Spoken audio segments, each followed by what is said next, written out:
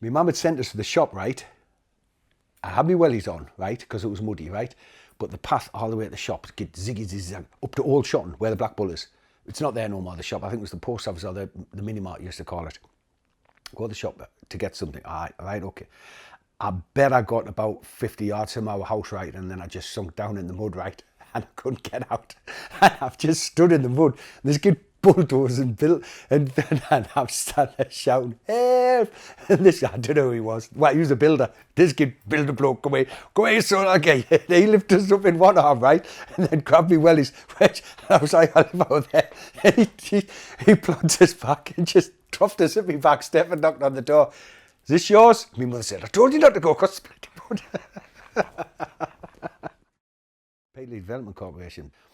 I had these guinea pigs, right? Pip and Squeaker. Loved them. They used to get squeak.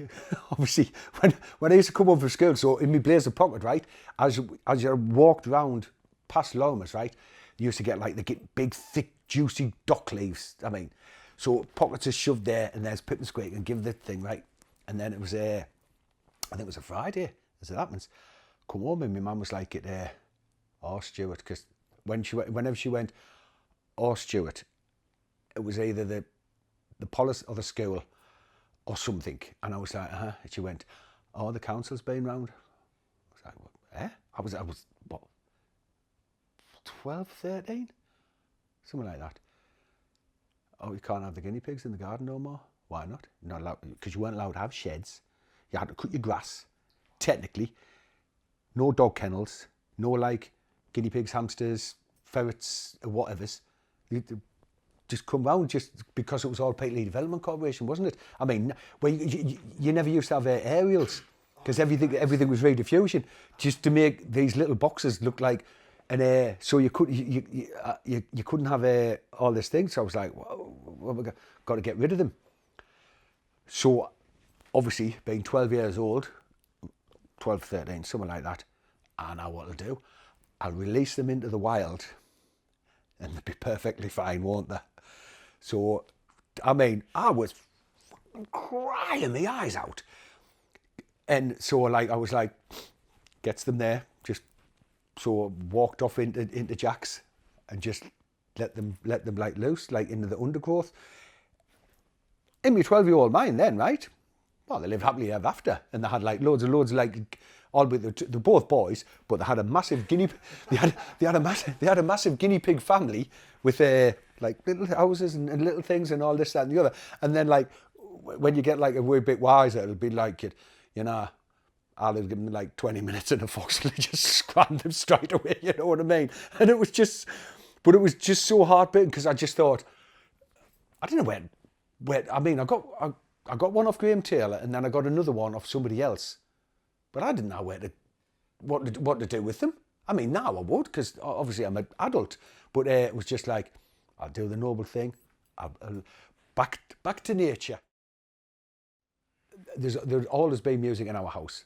And then like when punk come along, you're sitting on top of the pops, and it was like, what the...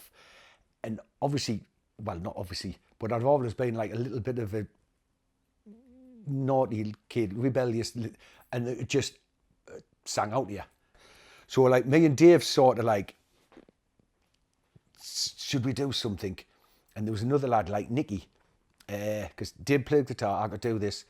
And what was Nicky going to do? You never knew what you were going to do. We were going to try and do something. But like, we tried like rehearsing in oh God, what was it called now? The Boys Club. That's gone now. That's a load of flats, which was next to another community centre, which is gone now, which is a big car park next to the Catholic Club. But there was a community centre, and so we had this doing something then, and we says, right, we'll call ourselves up, and then we started, like, we recorded a demo around the White House, just the White House around the corner, and we just booked a room with a guy in a little 8-track recording studio, made some cassettes, remember cassettes?